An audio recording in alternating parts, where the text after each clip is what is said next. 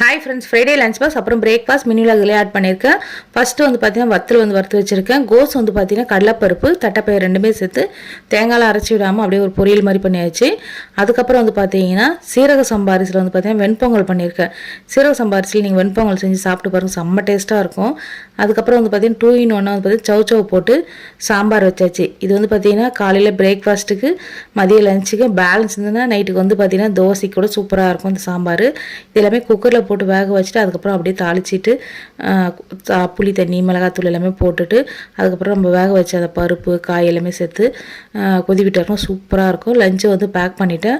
Breakfast எடுத்து வச்சாச்சு. அதுக்கப்புறம் பசங்க லீவில் வந்து ஊரில் வந்திருக்காங்க சொன்ன பார்த்தீங்களா, ஏதாச்சும் ஒன்று விளையாடிட்டே இருப்பாங்க. இன்றைக்கி வந்து பார்த்திங்கன்னா எல்லா பொம்மையும் அடிக்கிட்டு இந்த கன்று மாதிரி ஒன்று இருக்குது, அதில் வந்து ஆளுக்கு ஒரு 10 times வந்து அவங்களுக்கு ஆளுக்கு ஒரு 10 times அடிக்கிற மாதிரி வச்சுட்டு அதில் வந்து யாரெல்லாம் வந்து நிறைய பொம்மை வந்து அடிக்கிறாங்களோ அதை எடுத்து வச்சுட்டு விளையாடிட்டு இருந்தாங்க. அதுக்கப்புறம் ஈவினிங் போல் வந்து பார்த்திங்கன்னா சாப்பிட்டுலாம் முடிச்சுட்டாங்க. அதுக்கப்புறம் இந்த ரிட்டில்ஸ் கேம் வரும் பார்த்திங்களா, விடுபட்ட பாட்டுங்க அப்படின்லாம் வந்து பார்த்திங்கன்னா வேறு ஏதாச்சும் ஒரு கேம் இந்த மாதிரிலாம் வச்சு விளையாடிட்டு நல்லா ஜாலியாக என்ஜாய் பண்ணி விளையாடிட்டு இருந்தாங்க. பாட்டுலாம் பாடிட்டு இருக்கேன். பாப்பாவும் நடுவில் வந்து பார்த்திங்கன்னா ஒரு பாட்டு பாடிட்டு இருக்காங்க. நான் பேசுறது இதில் கேட்குமா என்னன்னு தெரியல, அந்த அளவுக்கு சவுண்டாக வந்து பேசுகிறேன். நான் அப்படியே தான் வந்து வாய்ஸ் கொடுத்துருக்கேன். அவங்க மியூட் எதுவுமே போடாமல். இப்படியே பிடிச்சி மக்கள் லைக் பண்ணுங்கள்.